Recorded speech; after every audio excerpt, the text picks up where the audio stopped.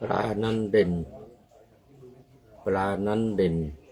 เล่นเวียนว่ายในสายน้ำมิอาจทำบินทลาบนฟ้ากว้างนกปีกสวยบินไปตามใจวางแต่ในทางทาราใหญ่ว่ายไม่เป็นต่างคนต่างมีจุดเด่นเป็นของตนอย่าสับสนเอาบรรทัดวัดสิ่งที่เห็นเราถนัดสิ่งไหนตั้งใจเป็นความเก่งนั้นจะจัดเจนด้วยตัวเรา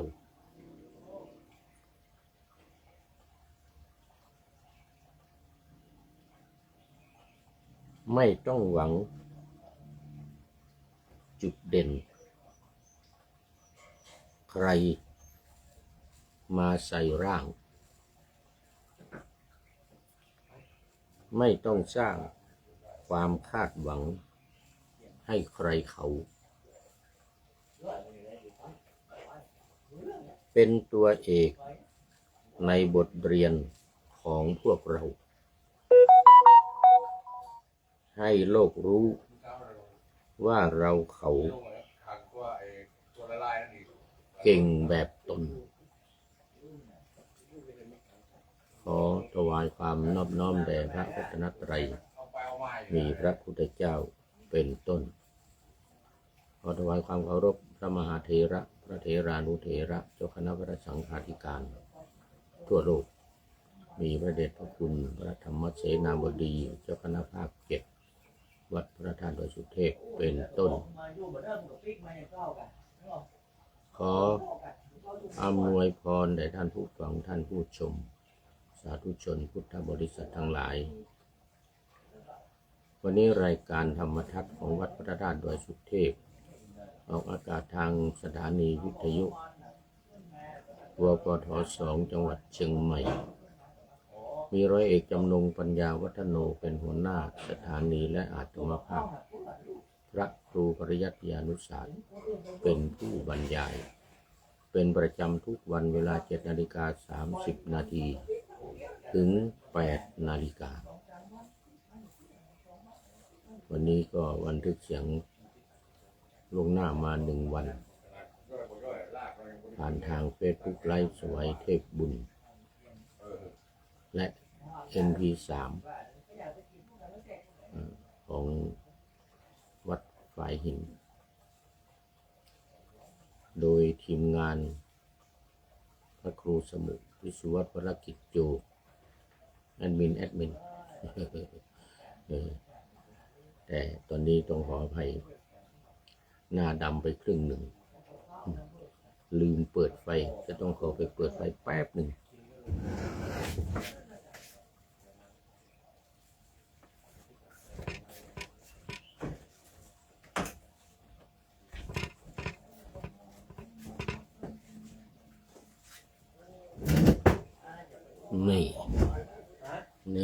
นี่ต้องอย่างนี้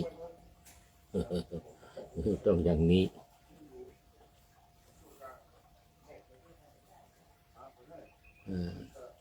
ให้หน้าอีกข้างหนึ่งจึงได้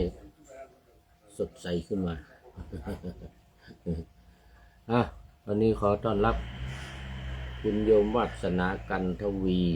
จากหมู่บ้านเอื้ออาทรอำเภอสันกำแพงจังหวัดเชียงใหม่น้อมกราบไหว้สาเจ้าค่ะสาธุเจ้าค่ะโอ้โมทนาวันนี้เป็นอาทิกัลยาณีคือเป็นผู้งามมีความงามในเบื้องต้นได้แก่มีศีลระหว่างคุณโยมวัฒนาก็เข้ามาทัน ในช่วงแรกพอดีเลยยังไม่ได้เข้าเนื้อหาอยู่ในช่วงของการอาลัมพบท เขาเรียกว่าไก่ยังไม่ทันหูสุริโยยังไม่จับขอบฟ้าปานาธรรมาสยังไม่เสร็จโยมวัฒนาและพระเดชพระคุณหลวงพ่อโอ้ขอต้อนรับหลวงพ่อสุทธิสงึมรำจากจังหวัดบุรีรัมย์ก็มาเป็นอาทิกัลยาโนอีกเหมือนกันเป็นผู้มีความงามในเบื้องต้น ในวันนี้ตัวที่มันอะไรออกข้างนอกก็ได้นะตอนนี้ก็มีเสียงข้างห้องดังหน่อยต้องขอไปเพราะว่าช่างกำลังมาซ่อมหลังคาซ่อมหลังคากุฏิหลังข้างๆกระเบื้องมันแตกกิ่งไม้หล่นใส่บ้างมะพร้าวหล่นใส่บ้าง ตอนนี้ช่างกำลังมาทำแก้ไขทำซ่อมหลังคาจะมีเสียงอะไรดังบ้างนะเสียงตัดเหล็กตัดอะไรกระเบื้องโอ้ตอนนี้ขอต้อนรับคุณโยมกนกวันอินทานกราบอนุโมทนาบุญเจ้าข้าโอ้อันนี้จากหนองคายโอ้ใกล้ๆกับหลวงพ่อสุทธิสงึมลำนะนี่โอ้ไม่ใกล้กันนะอีสานเหนือกับอีสานใต้โอ้หนองคายโมทนาเป็นอย่างยิ่งคุณโยมกนกวันอินทาน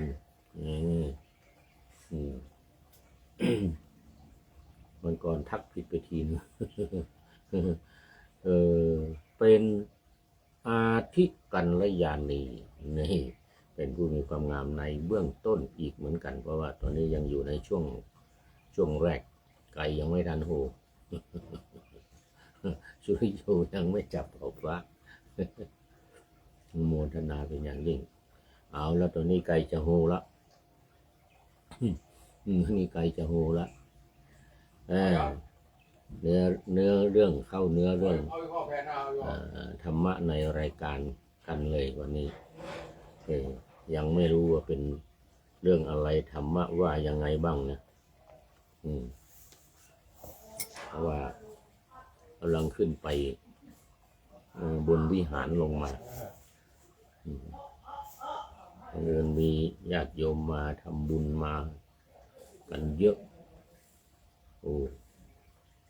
มีผลไม้มีอาหารอะไรมาเยอะวันนี้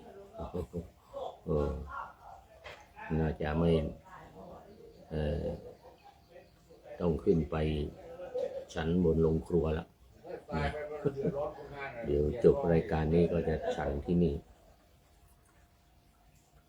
วันนี้ธรรมะก็คือนี่สมัยพระพุทธองค์ประทับอยู่ที่เชตวันทรงปรารภพระธรรมารามเถระตรัสพระธรรมเทศนานี้ว่าธรรมารามโมธรรมรโตธรรมารามโมธรรมรโตนี่นะแปลว่าภิกษุมีธรรมเป็นที่มายินดีแล้วในธรรมใคร่ครวญอยู่ซึ่งธรรมระลึกถึงธรรมอยู่ย่อมไม่เสื่อมจากพระสัทธรรมนี่ธรรมารามโมเนี่ย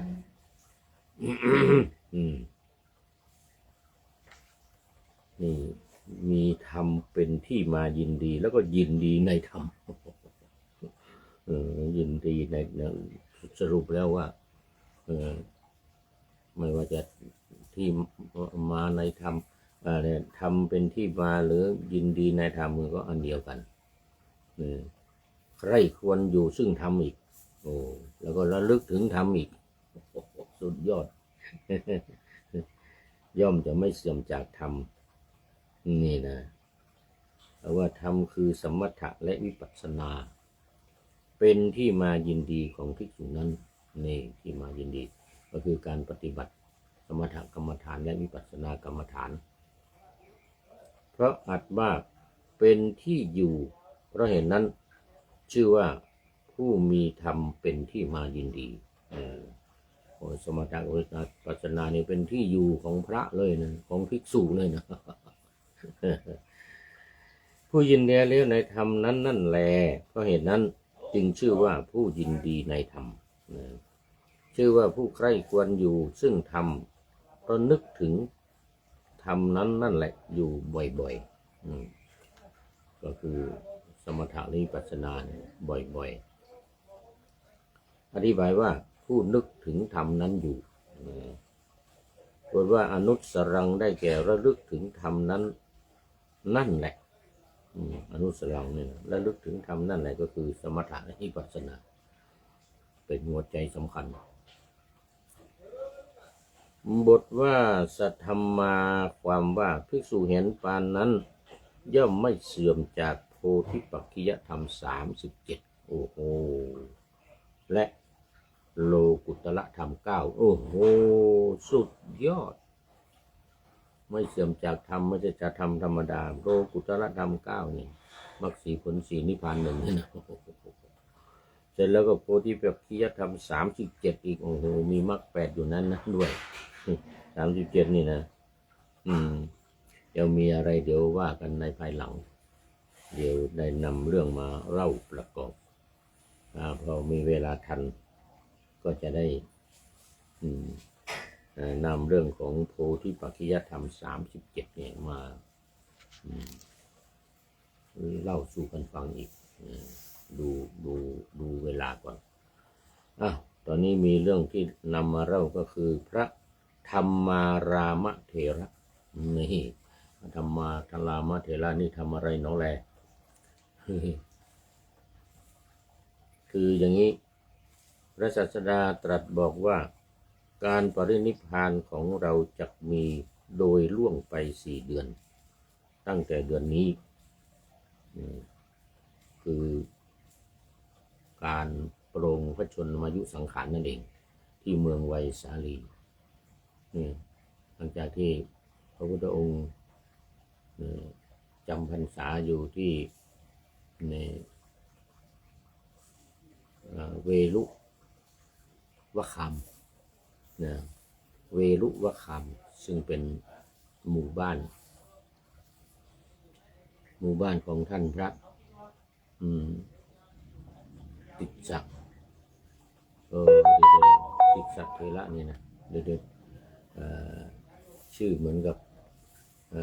องค์ที่ทำสังฆายนาที่เมืองไวยสาลีนะอันนี้ก็เมืองไวยสาลีเหมือนกันเดี๋ยวก่อนลืมไปเนี่ยติสสะเถระเนี่ยนะมันมีโมกขันลีบุตรติสสะเถระโมกขันลีบุตรนี่ในบ้านของท่านโมกขันลีบุตรติสสะเถระเลยทีเดียวองค์ที่ไปทำสังฆายนาที่เมืองปาตาลีบุตรจำพรรษาที่เวลุวคัมเสร็จแล้วออกพรรษาก็ปรงพระชนมายุสังขารว่าอีก4 เดือนต้องนับถอยหลังมาจากเดือน6เดือน5เดือน4เดือน3เดือน6เนี่ยเดือน5เดือน4เดือน3แล้วก็เดือนยี่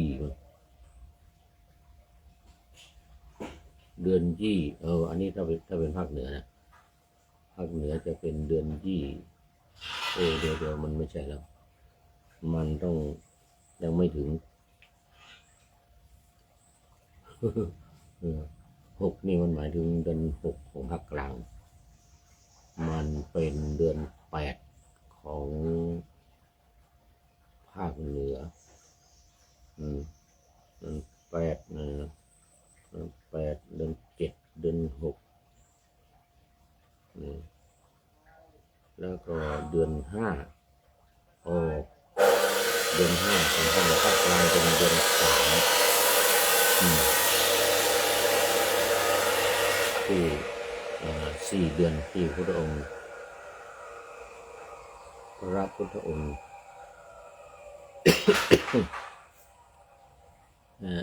ลงพระชนมายุสังขาร ขอไปว่าอีก4 เดือนจะปรินิพพานคือเดือนบรรเพ็ญเดือน6ของภาคกลางเนี่ยเป็นเดือน8ของภาคเหนือเราเนี่ย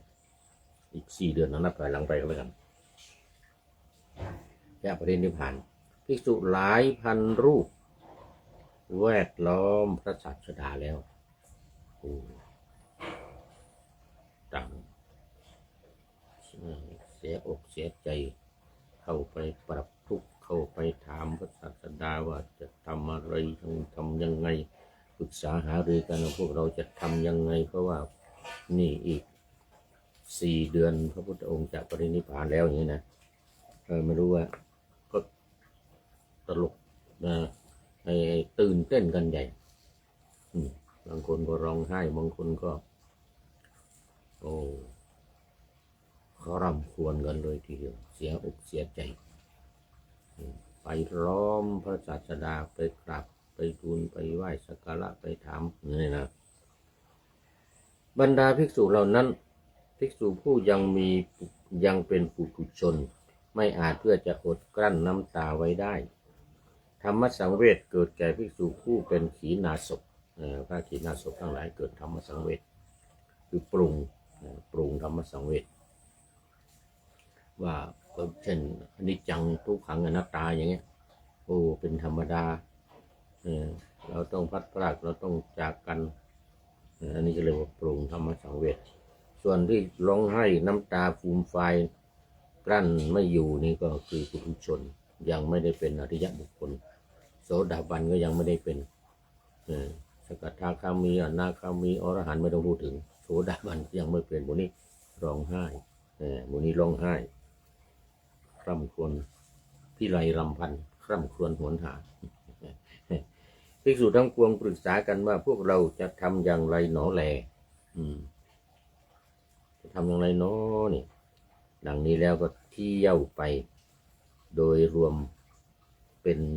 พวกเดียวกันโดยรวมเป็นพวกกันคราวนี้มาถึงพระเอกแล้วทีเนี้ย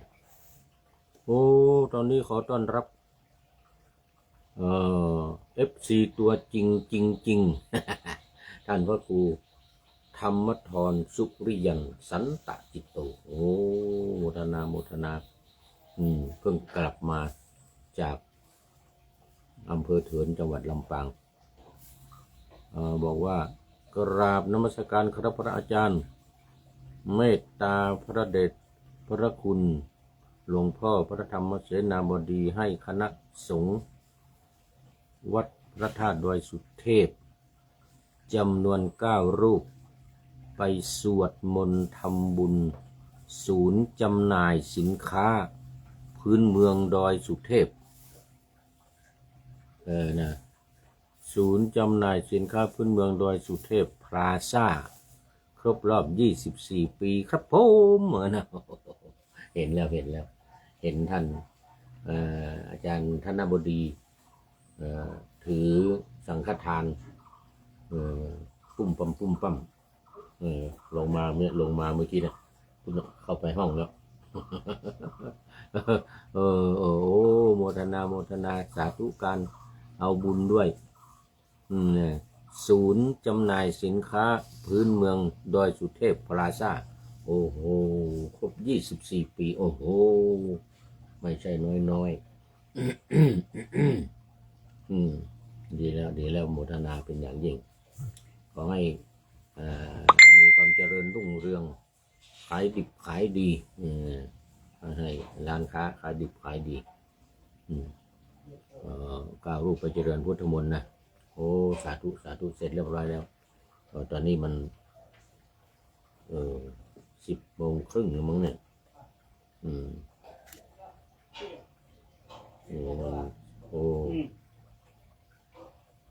10:52แล้วโอ้นี่จะอันนี้แล้วนะเนี่ยเป็นปริโยแล้วเนี่ยปริโยสานกัลยาโนนี่มันเป็นปริโยสานกัลยาโนแล้ว เกินครึ่งมาแล้วแล้วเวลาอีกนิดหน่อยแล้วไม่ถึง10 นาทีแล้วเป็นผู้มีความงามในที่สุดแล้วFC ตัวจริงจริงเป็นผู้มีความงามในที่สุดแล้ววันนี้ได้แก่ปัญญาเป็นผู้มีปัญญาเอาละมาต่อเรื่องของภิกษุทั้งหลายภิกษุทั้งหลายพอทราบเรื่องที่พระองค์ปรงพระชนมายุสังขารอีก4 เดือนข้างหน้าเนี่ยนะโอ้โหระหนกันใหญ่เลยเห็นว่าแผ่นดินไหวด้วยนะสะท้านสะเทือนเลื่อนลั่นนะโอ้ฟ้ามืดมัวมนแม้พระอานนท์ก็พระอานนท์แต่พระอานนท์เป็นโสดาบันแต่ก็ยังโศกเศร้าเสียใจร่ำไห้เขายังมีกิเลสอยู่พระโสดาบันนี่ไม่มีก็แค่สักกายทิฏฐิวิจิกิจฉาและศีลพัตตปรมาสส่วนกิเลสราคะโทสะโมหะความโลภความโกรธความหลงยังมีอยู่เต็มพระอานนท์ก็ร้องไห้เข้าไปกราบทูลพระพุทธองค์เหมือนกันพระอานนท์เนี่ยพระพุทธองค์ก็ว่าโอ้ร้องไห้ทำไมอานนท์เราเนี่ยได้ให้อะไรเรียกอะไรนิมิตให้นิมิตถึง16 ตำบลว่างั้น16 ครั้ง16 ตำบลคือนับตั้งแต่ออกจากราชคฤห์ก่อนเข้าพรรษานะก่อนเข้าพรรษาเดินทางออกจากราชคฤห์พุทธองค์ขึ้นเสด็จขึ้นไปบนยอดภูเขาวิปุลละที่อยู่ทางด้านทิศเหนือและทิศตะวันตกเฉียงเหนือนั้นเป็นทางออกจากกรุงราชคฤห์มาสู่เวสาลีเนี่ยพุทธองค์ก็ทรงหันมามองเมืองราชคฤห์เป็นครั้งสุดท้ายว่างั้นนะมองเมืองราชคฤห์เป็นครั้งสุดท้ายแล้วก็เสด็จเดินออกจากกรุงราชคฤห์เพราะว่าจะไม่กลับแล้วไม่มีเวลากลับแล้วออกพรรษาแล้วก็ปรงพระชนมายุสังขารแล้วก็เดินทางต่อไปกุสินาราเดินทางต่อไปกุสินาราใช้เวลาถึง2 เดือนนะจากเมืองไวสาลีไปกุสินาราเนี่ยนะประทับเดินไปก็เทศไปบรรยายทำไปบิณฑบาตไปนะไปถึงชายแดนเมืองไวสาลีกับเมืองกุสินาราต่อกันเนี่ยก็มอบบาตรเป็นที่ระลึกให้แก่พระเจ้าฤทธิ์ชวีที่เสด็จไปส่งตามเสด็จไปส่งถึงชายแดนตรงนั้นเขาเรียกว่าเมืองโกโนเลียเดี๋ยวลืมชื่อไปไม่เป็นไรเดี๋ยวต้องขอไว้ตอนนี้ยังมีเจดีย์ใหญ่เจดีย์ใหญ่ที่พระเจ้าฤทธิ์ชวีสร้างแล้วก็เอาบรรจุบาตรของพระพุทธองค์นี่นะที่พระพุทธองค์มอบให้เป็นที่ระลึกนี่นะก็ให้กลับเถอะเหมือนกันนะตอนนี้ถึงเขตชายแดนน่าจะเข้าไปเมืองกุสินาราแล้ว เดินทางมาเป็นเดือนแรมเดือนนะแรมเดือนจากเมืองไวสาลีมาชายแดนเนี่ยแรมเดือนเลยทีเดียวโอ้พระเจ้าฤทธิ์สวีก็เสียอกเสียใจก็โอ้ได้บาตรแทนหน้าพุทธองค์พระองค์จะไม่กลับแล้วสร้างเจดีย์ใหญ่เลยเอาบรรจุบาตรของพระองค์ไว้ตอนนี้พออังกฤษเข้ามาปกครองประเทศอินเดียก่อนหน้านั้นละก่อนหน้านั้นละคือเจดีย์พังเขาเอาบาตรของพุทธเจ้าแบ่งบาตรจริงนะไปไว้ที่ปากีสถานเมืองตักกศิลาเอาไปไว้ที่เมืองตักกศิลาปากีสถานก็เก็บไปไว้ในพิพิธภัณฑ์ตอนหลังมานี้อาจารย์ฉลองท่านพระครูอะไรที่ลืมชื่อไปอยู่ไวสาลีแต่ก่อนนี้อยู่พุทธคยายนะสร้างวัดไทยไวสาลี สร้างวัดไทยไผ่สาลีไปตามเอามาไปตามเอาบาตรมาร่วมกับคณะรัฐบาลอินเดียเนี่ยเมืองปัตตนะเนี่ยนะนายกเทศมนตรีนายกเทศมนตรีไปตามเอามาตัวนี้ได้แล้วเอามาไว้ที่พิพิธภัณฑ์เมืองปัตตนะหรือเมืองปาตลีบุตรเก่าไว้นะไว้ที่เมืองหลวงของรัฐพิหารพอดีหมดเวลา ไว้แค่นี้ก่อนเอาไว้แค่นี้ก่อนถึงแค่ว่าภิกษุทั้งหลายคร่ำครวญหวนหากันพระอานนท์ก็ร้องไห้เข้าไปหาพุทธเจ้าพุทธเจ้าบอกว่าโอ้เราให้นิมิต16 ตำบล6 ที่แล้วเพื่อที่จะให้อานนท์เนี่ยได้ทูลขอให้อยู่ต่ออย่างเรานี่ถ้าปฏิบัติอิทธิบาท4เนี่ยก็จะอยู่ได้1 กัปเหมือนกันนะคือ120 ปีจะอยู่ได้1 กัปแต่นี้อานนท์ไม่ขอเหมือนกันตอนนี้อายุ80แล้วไปแล้วไม่อยู่แล้ว เอาละเอาไว้แค่นี้ก่อนเงินยังมีอีกยาว มาดูข้อคิดท้ายรายการวันนี้ได้จากผู้ใดหนอแลแคปแกรมเบตง